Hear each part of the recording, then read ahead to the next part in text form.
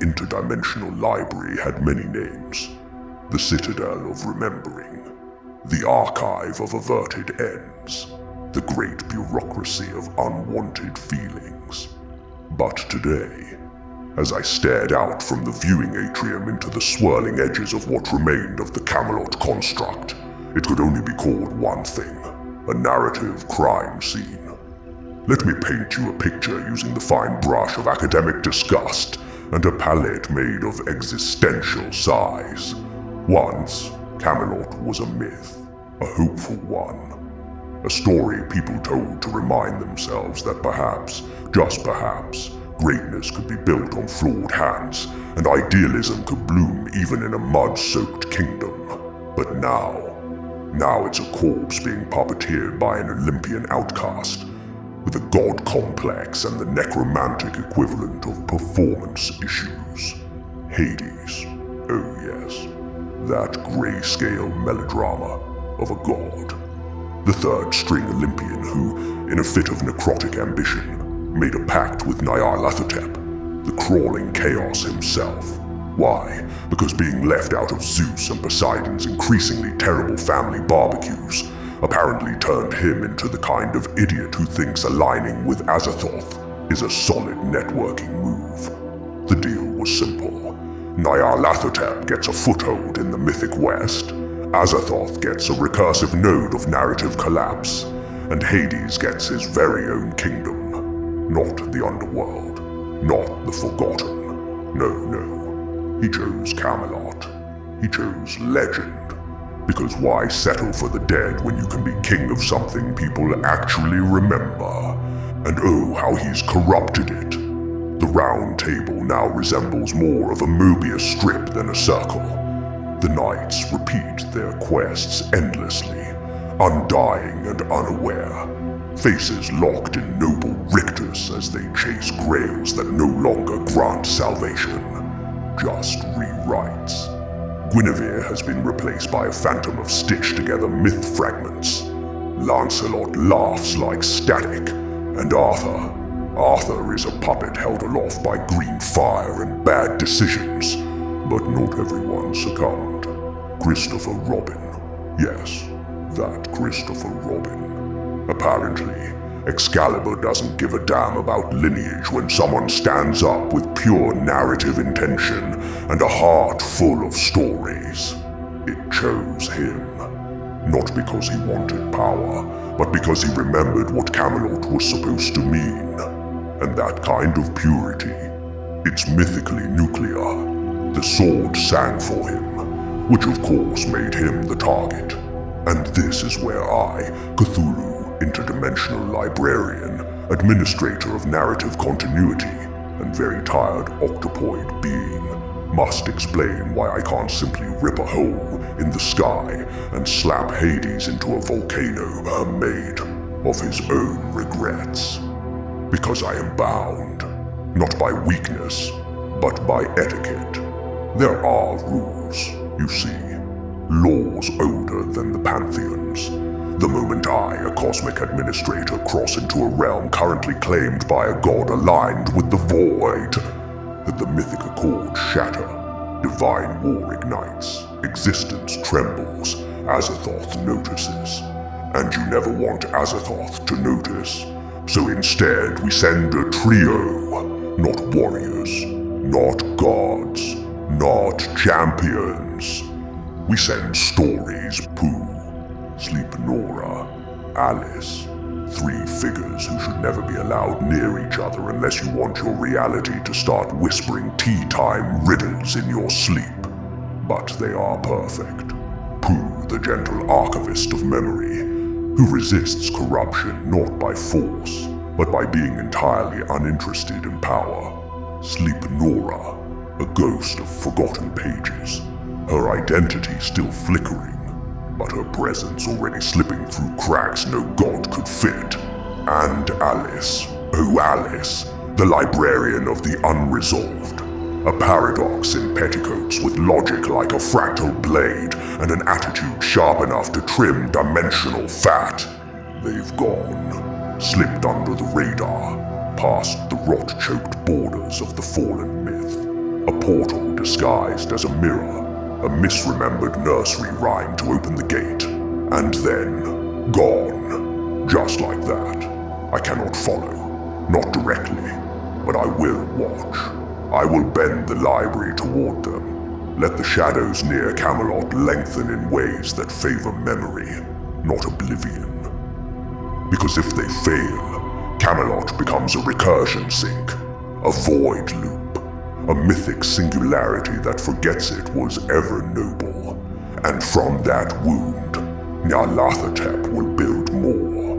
And if they succeed, if they remind Arthur's rotting myth of what it meant to dream of a better world, then maybe, just maybe, this story doesn't end in erasure. But don't mistake this for hope.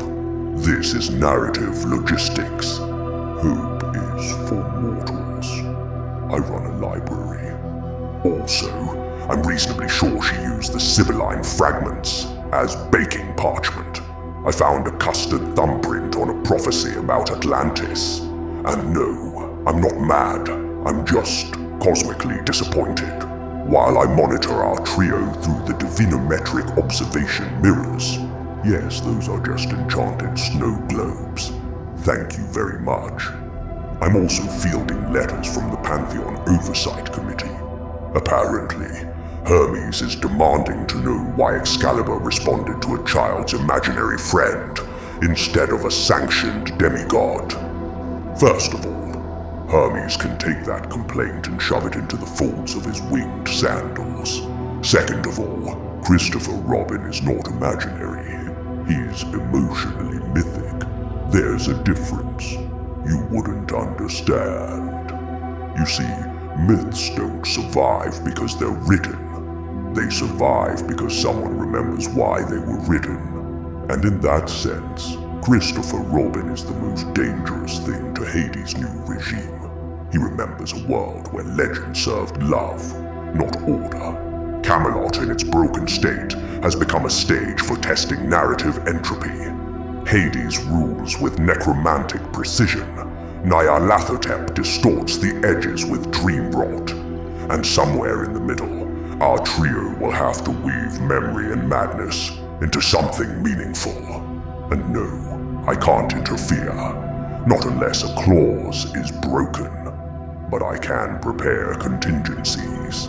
I've placed a metaphorical breadcrumb trail of forgotten ballads, emotionally resonant artifacts, and one extremely judgmental animated teacup, in case they need guidance. If they follow it, they might just find the root of the corruption. If they don't, well, I hope they enjoy being trapped in a Mobius joust with Sir Gawain's ghost while Guinevere argues with her own narrative doppelganger. And that of course brings us here. Briefing room in the library. Dimensional acoustics sealed, reality stabilized, and my tentacles curled just so over this mildly sticky projection orb. Across from me sat three creatures who, in any rational story, should not have been permitted near anything resembling a quest. Pooh adjusted his little red shirt solemnly, already nibbling on a metaphysical honey muffin. Sleepnora hovered beside him, head tilted, white hair trailing like starlight dipped in daydream, and Alice. Alice had taken my chair. Again. So, Alice said flatly, "Are we going to talk about why we're being sent to patch up necrotic Arthurian recursion? Or are we just going to play dramatic tentacle charades until one of us cries?" Sleepnora raised a sleepy hand. "I cry when I'm bored, or when clouds feel too much." Pooh looked up from his muffin. "Does Camelot have clouds that feel like too much? Because if so, I may need a sweater." I sighed, dramatically, universally. The sound bent space. "You're going," I said, "because if I go, if any being of my tier crosses into a realm currently gnawed on by Azathoth's influence, it won't be a rescue. It'll be a declaration, a divine incursion, a cosmic war. Picture Olympus, Helheim, the Dreaming Realms, and several aggressively passive-aggressive pantheons lighting up their inboxes with declarations of breach. The mythic accords will shatter like cheap prophecy. We're talking realm quakes, timeline fractures, and at least one angry Vishnu sending me lotus blossoms dipped in "I told you so." You think Hades is dramatic now? Imagine what happens when he gets backup from pantheons who think chivalry is a superweapon. I cannot go, because my arrival would give the cult of the void justification to escalate, and Azathoth does not escalate like a mortal. He rewrites, he consumes, he folds meaning back into noise and calls it balance. But you can pass unnoticed. You're not powers, you're stories. And stories, especially ones as contradictory and beloved as you three, slip in sideways. You don't declare war, you declare meaning. Because Excalibur sang for Christopher Robin, and that wasn't prophecy, it was memory. Because this isn't about power, it's about narrative integrity. And because, brace yourselves, you're the best I've got. Alice raised one eyebrow like an ascending blade. Flattery? From you, I'm alerting the timeline police. Persephone was the one who tipped me off, I continued, ignoring her. After the trials, after she passed through your labyrinth Sleepnora, she came to me with fragments, cracked mythstones from Camelot's edge. Something is wrong in a way that leaks. Hades made a deal. Nyarlathotep twisted the myth from the outside. Azathoth's recursion rot is threading through the walls. Sleepnora blinked slowly. So, it's haunted. It's mythically haunted. Which is far worse, I muttered. You can exorcise a ghost. You can't exorcise a narrative loop that believes in its own gallant tragedy. Alice leaned forward. So what exactly are we doing? Just wandering in with storybook optimism and hoping the sword tells us which hallway isn't trying to eat us? Not quite. I opened my hand and conjured two glyphic constructs, glowing with quiet defiance. Sleepnora, you've already begun to remember who you are. This, I handed her a pendant shaped like a broken bell, frozen mid-toll, is your echo tether. It will hum when memory is close. Follow it. It may lead you to who you were, or what was taken. She held it carefully. For once, she didn't speak, just nodded, as if the weight of a former life had kissed her wrist. And Alice, I said, conjuring a glimmering impossible blade, a paradox folded into steel, its edge curved inward on itself like a Mobius riddle. This is the Severance Scalpel. It cuts loops. Just don't use it on conversations or we'll be stuck in tea time until the end of eternity. Alice grinned. Finally, a weapon worthy of my dysfunction. Pooh wiped honey from his chin and gave me a gentle look. Do I get anything? I tilted my head.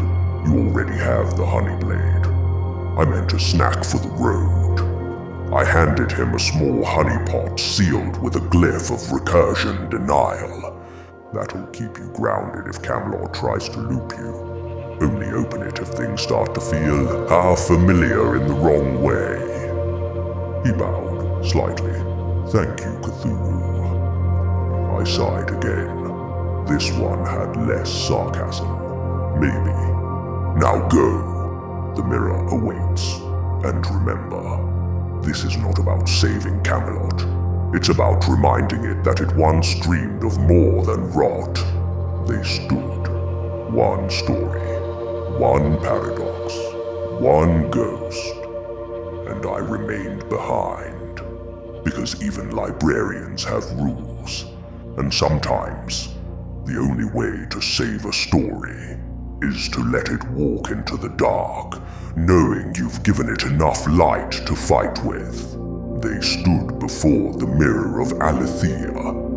It did not shimmer or glow or offer even the decency of a swirling portal. No, it simply reflected, honestly, uncomfortably, unblinkingly. A tall pane of myth glass edged in carved paradox. It bore no frame and cast no shadow. One by one, their reflections blinked at the wrong times. Alice regarded herself with a scoff. Ugh, it's doing that thing again where it shows me regretting all the things I haven't done yet. I look like I forgot to be alive, Sleepnora murmured. She tilted her head, and the mirror tilted hers a moment too late. Pooh, for his part, stared at his reflection with calm interest. I think my mirror self looks like he knows where the good blankets are. He does, I muttered from the control node, because he's you. The mirror required no incantation, only intention. Alice stepped forward first, her boot heel clicking as she muttered, "For Camelot, or whatever ridiculous recursion trap awaits." Her body passed through like ink spilled on silk. Sleepnora floated next. The pendant at her neck gave a gentle chime as she crossed, not unlike a lullaby halfway remembered. As she passed, the mirror flickered. For a breathless moment, her reflection was not her own. It was smaller, softer, a child with rounded ears and eyes full of wonder, a memory, a life, and then it was gone. She blinked, unsure. Did you see? No, Alice said gently, not looking, but that doesn't mean it wasn't there. Pooh lingered. He turned to face me. Cthulhu. I exhaled, loudly. Yes, Pooh. I don't know if we're enough. We're just storybook characters. I'm not even sure I'm real outside the wood. The fear behind the fluff. The question too many beings never dare to ask. And then for a moment, I hesitated. Because he wasn't wrong. Once upon a recursion, he'd been a soft shape in the corner of a child's room. An echo of bedtime. A plush vessel for someone else's voice. But that was before the trials of Olympus. Before the edges of public domain thinned and tore. Now he stood straighter. Now the silence around him felt chosen. Now he held his blade like a memory that cut both ways. Whatever strange alchemy existed in slipping beyond ownership, beyond brand, it had changed him. Not rewritten, but revered. And in the quiet between reflections, I saw it. Pooh had grown. Not bigger, not louder, just deeper. I leaned forward, my voice sharp with ancient truth and dramatic timing.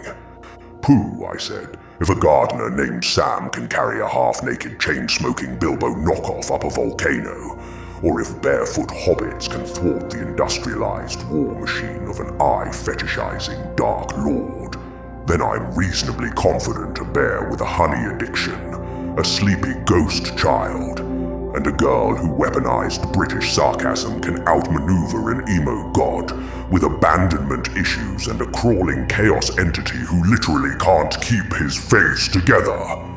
Pooh blinked. So that's a yes. Yes, it's a yes. Now go be fictional and dangerous. He smiled, and then he stepped through, into story, into risk, into myth. The mirror closed. The room went still. For a moment it showed me. Not as I am, but as I was before I wore knowledge like armor and sarcasm like a second skin. I looked away. I reached out with senses far older than time, and felt their descent. Through myth, through memory, through recursion and rot. Camelot was waiting. So was Christopher Robin. And beneath it all, deeper than the deepest well, the void watched and smiled with too many mouths.